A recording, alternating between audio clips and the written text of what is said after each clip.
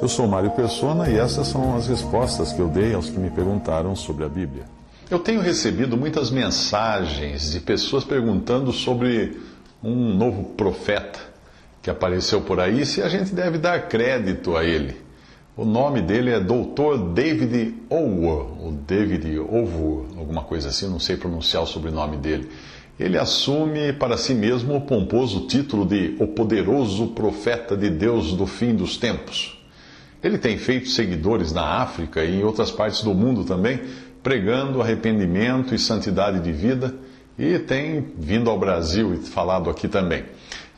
Levando sempre um doutor antes do nome, por causa dos seus muitos títulos na área da pesquisa médica, ele afirma que o Senhor lhe apareceu, tocou sua boca, o transportou milagrosamente para outro lugar da casa ou algo assim, e depois apareceu novamente acompanhado de Moisés e Elias ao lado da Arca da Aliança, enquanto o profeta Daniel permanecia do outro lado da arca. E mais tarde ele apareceria outra vez, o Senhor, outra vez, para ele, para apresentar a ele João Batista, para que ele ficasse conhecendo João Batista.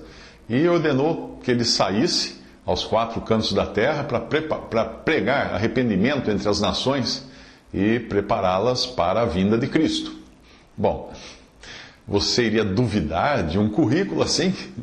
Bem, mesmo que você não seja profeta, eu sugiro que coloque as barbas de molho antes de engolir o discurso de alguém que diz ser o poderoso profeta de Deus do fim dos tempos. Ah, mas ele faz chover, ele faz surgir luzes no céu, ele cura pessoas, e ele não pede dinheiro, e ele denuncia os pecados da cristandade. Mesmo assim, ainda que ele transforme a sua vara em serpente e transforme a água do rio em sangue, não é hora de você desligar o desconfiômetro. Você poderia acabar seguindo um mago de Faraó, um dos magos de Faraó, achando que era Moisés. Ou você acha que um falso profeta virá com um crachá pendurado na barba, escrito, eu sou o falso profeta? Não. Eles vêm disfarçados de anjo de luz. E hoje é muito interessante também, porque tem tanto picareta, tanto falso profeta pedindo dinheiro, que se você fosse Satanás e quisesse mandar um para enganar as pessoas, você mandaria um como? Um que não pedisse dinheiro. Aí muita gente ia cair direitinho. Surgirão muitos falsos profetas e enganarão a muitos, disse o Senhor em Mateus 24:11. Acautelai-vos, porém, dos falsos profetas que vêm até vós vestidos como ovelhas, mas interiormente são lobos devoradores. O mesmo Senhor disse em Mateus 7,15.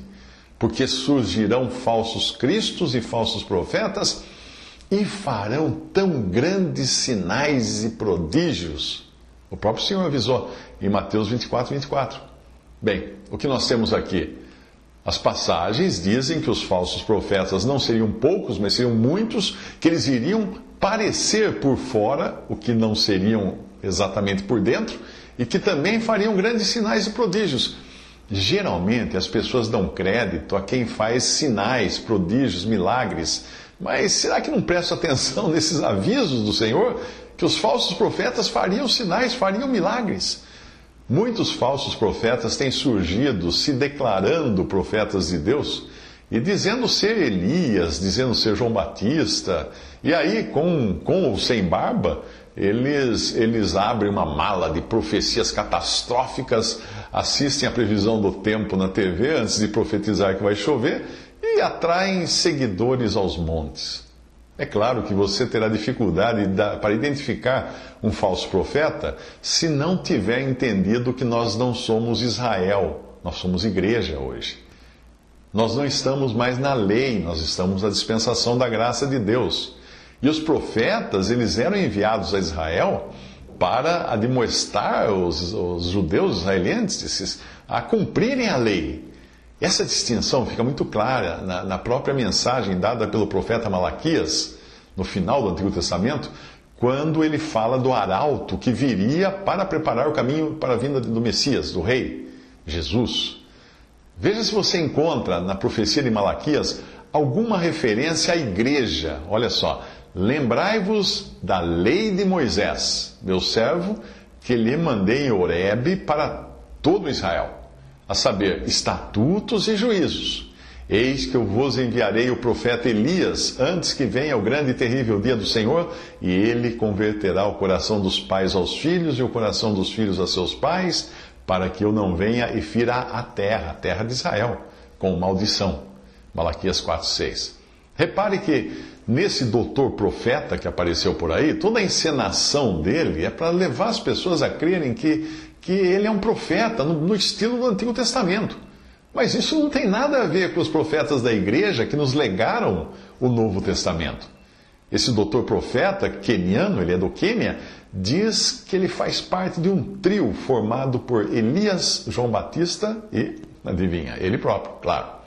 Assim como João Batista pregava o arrependimento antes da chegada do Messias e Rei de Israel, esse profeta moderno finge que faz a mesma coisa em relação à segunda vinda de Cristo. A pregação dele consiste em aterrorizar as pessoas com ameaças de fogo, de enxofre, de terremoto, de zika, de tsunami, de um monte de coisa. E basta você ir no site deles, se você visitar o site deles, você vai perceber que mais parece um site de jornal sensacionalista, desses que só falam de crimes e catástrofes, do que um site evangelístico, para anunciar a graça de Deus para salvar o pecador. Geralmente profetas assim, além de falarem um monte de si mesmos, eles fazem alarde das supostas profecias que foram cumpridas, mas eles convenientemente esquecem as que não foram cumpridas, as que não deram certo. Sabe aquelas previsões de astrólogo de fim de ano, que todo ano novo ele é chamado de novo, outra vez, pela emissora de TV, porque todo mundo já esqueceu o que ele não acertou no ano anterior, as profecias dele não se cumpriram. Mas todo mundo esquece. Aí a TV chama de novo. Pois é, a nossa memória, ela naturalmente se lembra somente daquilo que ela quer lembrar. Se eu disser a você 100 coisas que poderão acontecer este ano, e no final do ano só tiver acontecido uma, você vai se lembrar dessa. E vai ficar impressionado como eu acertei. Mas voltando ao profeta, que diz ter vindo como se fosse o Elias e João Batista dos tempos do fim, para avisar da vinda de Cristo. Mas espera aí, acaso o Senhor, Jesus, não afirmou que todos os profetas e a lei profetizaram até João? E ele continuou dizendo, e se quereis dar crédito, é este, João Batista, o Elias que havia de vir. Mateus 11, 23, 24. E acaso Jesus não disse também acerca de João Batista que este é aquele de quem está escrito: eis que envio o meu anjo diante da tua face, o qual preparará diante de ti o teu caminho. Lucas 7, 27. O Senhor afirmou que o profeta que havia sido anunciado no Antigo Testamento era João Batista. Bom, então nós estamos com um problema quando aparece alguém dizendo ser alguém que já apareceu, não é mesmo? E pior ainda, quando o aparecido, o novo aparecido, se denomina poderoso profeta de Deus do fim dos tempos. Lembre-se de que Jesus disse que entre os nascidos de mulheres não há maior profeta do que João, o Batista. Lucas 7, 28. Jesus não estava falando de um moderno doutor que anda de limusine com guarda-costas armados, mas de um homem vestido de peles e se alimentando de gafanhotos e mel silvestre, que pregava no deserto e não fez sinal algum, como fala em João 10, 41. Ou seja, João Batista não curou ninguém, não fez chover, não fez nenhum milagre. Mas era um profeta de Deus. E era o profeta anunciado. Agora eu me pergunto, um profeta de Deus precisaria colocar doutor antes do nome? O Senhor Jesus nos alertou, ao falar dos falsos profetas, que por seus frutos os conhecereis. Mateus 7,16. Nós somos sempre rápidos em interpretar a palavra frutos como se fossem as ações do falso profeta. Tipo pedir dinheiro, agir de forma desonesta, fazer gambiarra, coisas assim. Mas nós podemos também interpretar frutos como consequências naturais de uma árvore, e não as coisas que a árvore faz. E o que você vê como frutos deste e de outros profetas que aparecem por aí? Basta você dar uma olhada rápida nas fotos deste profeta moderno para você ver dezenas de pessoas se prostrando aos pés dele, aos pés do poderoso profeta de Deus do fim dos tempos, e até empunhando escovões para lavar as ruas das cidades por onde o seu carro iria passar. Dá para acreditar uma coisa dessa? É um homem que está criando idólatras, pessoas adorando esse homem. Com um currículo de doutor especializado em engenharia genética molecular, doutorado em Israel, pós-doutorado em quimioterapia, que esse currículo estava no site original dele, o site inicial, mas foi tirado depois que ele ficou famoso. Ele disse ter sido chamado para pregar. Bom, até aí tudo bem, muita gente é chamado para pregar. Não fosse o fato de que ele era antes um homem comum e sem barba que pregava nas ruas de cidades da África. Mas em poucos anos ele virou celebridade, e aí sim ele deixou crescer uma longa barba, porque profeta sem barba também não dá, né? Não vale. No noticiário que envolve esse profeta, nas notícias que você encontra sobre ele, não faltam fotos ao lado de presidentes, de políticos, que emprestam seus aviões para transportá-lo daqui para ali. É claro que políticos gostam de paparicar profetas que atraiam multidões, e é por isso que muitos países não cobram impostos de igrejas. Quando um político tem um líder religioso, um pastor, um profeta, alguém religioso no bolso, basta ele convencer o líder que a multidão vota automaticamente. Talvez você ache que eu sou muito ferino, muito crítico nos meus comentários, mas eu quero lembrar uma coisa para você. Antes da minha conversão, eu fui enganado por diferentes gurus espiritualistas e profetas espiritualistas.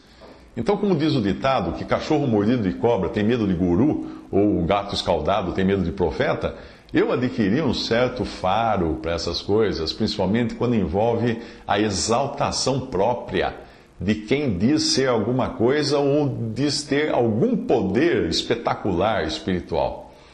O apóstolo João nos alerta: amados, não creiais a todo espírito, mas provai se os espíritos são de Deus, porque já muitos falsos profetas se têm levantado no mundo.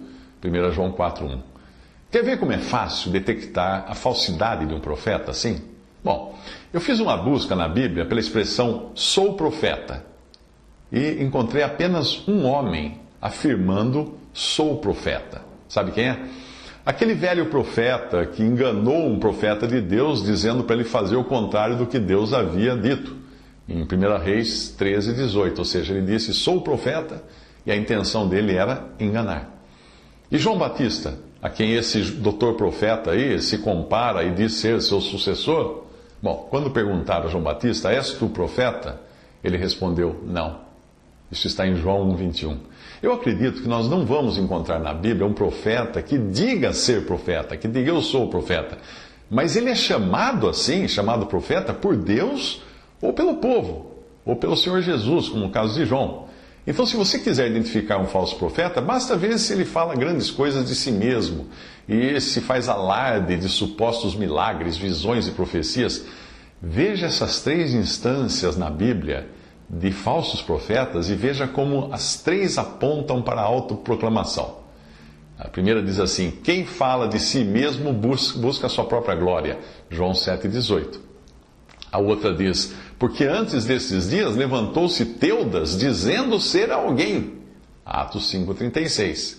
E estava ali um certo homem chamado Simão, que anteriormente exercera naquela cidade a arte mágica e tinha iludido o povo de Samaria, dizendo que era grande personagem. Atos 8,9. Percebe? Agora, deixando de lado as imitações, vamos falar do que é genuíno. João Batista, o precursor verdadeiro do Messias de Israel, o Elias que veio aplanar os caminhos do Senhor. Não quer dizer que João era Elias em carne e ossos, mas ele representava Elias, ele veio no poder e virtude de Elias, com a missão prevista pelos profetas do Antigo Testamento de anunciar a chegada do rei, a chegada do Messias. Repare que ele negou que era o Elias justamente para os incrédulos fariseus que fizeram a pergunta. A passagem completa é assim: quando os judeus mandaram de Jerusalém sacerdotes e levitas para que lhe perguntassem quem és tu, ele confessou e não negou, confessou: eu não sou o Cristo. E perguntaram-lhe: então o que? És tu Elias? E disse: não sou. És tu profeta? Respondeu: não. Disseram-lhe, pois: quem és? Para que demos resposta àqueles que nos enviaram, que dizes de ti mesmo? disse: Eu sou a voz do que clama no deserto, endireitai o caminho do Senhor, como disse o profeta Isaías. Então os que tinham sido enviados eram dos fariseus. João 1, 19 e 24. Todavia, ele era sim o Elias para os que crescem, enquanto que para os incrédulos ele não era nem profeta e nem Elias. Simples assim, porque foi isso que o Senhor Jesus disse. Ele disse assim: se quereis dar crédito, é este o Elias que havia de vir, falando de João Batista, Mateus 11, 14. Eu dou um exemplo. Para os que creem em Cristo, ele é o Salvador e advogado. Para os que não creem, ele não é Salvador e nem advogado. Ele é juiz e algoz. Percebeu a diferença que faz o crer? Malaquias profetizou assim: Eis que eu vos enviarei o profeta Elias, antes que venha o grande e terrível dia do Senhor. E ele converterá o coração dos pais aos filhos e o coração dos filhos a seus pais, para que eu não venha e fira a terra com maldição. Malaquias 4, de 5 a 6. Essas são as últimas palavras do Antigo Testamento e trazem à memória Moisés, por meio de quem Israel recebeu a lei, fala também de Elias, usado para profetizar as 10 tribos para que permanecessem na lei em um tempo de grande abandono e idolatria. E nós sabemos que João Batista veio para quem? Para a igreja? Não existia igreja. João Batista veio para Israel. Veio no poder, no espírito e poder de Elias. E embora ele tenha negado ser o Elias para os fariseus incrédulos, o Senhor afirmou que ele era Elias para os que lhe davam crédito. Isto é, cumpria-se assim a profecia do aviso que precederia a vinda de Cristo para reinar, João Batista. Depois dele, esse doutor profeta aí, e outros profetas modernos que de vez em quando surgem dizendo-se Elias ou João Batista, ficam sobrando na equação, porque não tem lugar para eles. Já veio o arauto da verdade. Mesmo porque a mensagem de arrependimento foi dada a Israel, não à igreja. E o Evangelho da Graça que hoje nós pregamos é crer no Senhor Jesus e será salvo. Enquanto o Evangelho do Reino, pregado por João Batista, por Jesus e seus discípulos nos Evangelhos, no tempo dos Evangelhos, era outra mensagem. Era arrependei-vos porque é chegado o reino de Deus. Nós não pregamos esse Evangelho hoje. Esse é o Evangelho do Reino. Voltará a ser pregado depois que a igreja for arrebatada. O que muitos não entendem é que entre o aviso de arrependimento dado por João Batista e a efetiva vinda de Cristo em poder e glória para julgar as nações e estabelecer o seu reino na terra, haveria um parênteses profético, no qual Deus incluiria a presente dispensação da graça de Deus à igreja. E a igreja, que é o povo celestial de Deus. Isso estava oculto até mesmo dos profetas do Antigo Testamento e só seria revelado a Paulo mais tarde. Quando a igreja for arrebatada, será como se nós emendássemos a proclamação de João Batista com o remanescente judeu que vai se converter após o arrebatamento da igreja e passará então aqueles 7 anos terríveis aqui, culminando nos últimos 3 anos e meio da grande tribulação. E nesse período haverá também 2 testemunhas, como mostra Apocalipse 11, de 3 a 13, pregando no espírito ou na disposição de Moisés e Elias. E o seu discurso também vai ter tudo a ver com o discurso que tinha João Batista. Se você segue a teologia do pacto, vai ter dificuldade para entender que o Antigo Testamento é a história do homem sob a lei. Uma história que termina com maldição, que é a última palavra de Malaquias, do Antigo Testamento. O Novo Testamento é a história da graça de Deus, porque a lei foi dada por Moisés, a graça e a verdade vieram por Jesus Cristo, em João 1,17. Portanto, as suas últimas palavras no Novo Testamento são: a graça do Senhor Jesus Cristo esteja com todos vocês, todos os santos. Apocalipse 22, 21. Sabendo disso, você daria ouvidos a um suposto profeta que alardeia seus próprios feitos, anda em ostentação, cercado por seguranças, e prega maldição para quem não se arrepender e guardar a lei, como faziam os profetas de Israel? Ou você repousa na graça de Deus e na certeza da sua salvação e espera pela iminente vinda de Cristo para arrebatar a sua igreja, a qual ele já tornou apta para o céu, não por arrependimento ou obras da lei, mas por graça e por seu sangue derramado na cruz. Eu quase ia me esquecendo de uma outra característica de um falso profeta, que tem tudo a ver com seus frutos, ou seja, com as consequências do seu ministério. Os seguidores de um falso profeta sentem o sangue ferver quando escutam alguém falar mal deles, criticá-los. ficam cegos para a verdade, negam a realidade, são capazes de dar a vida pelo seu profeta. Mesmo que antes de seguirem o tal profeta, eles professassem ser cristãos, eles passam a defender esse sujeito com uma energia e com uma vontade que eles nunca usaram antes para defender a Cristo. Nunca. Um falso profeta, ele leva as pessoas ao fanatismo religioso. Ou você acha que foi que levou aqueles radicais islâmicos a metralharem os cartunistas que zombaram do seu profeta? Visite respondi.com.br. Visite 3minutos.net.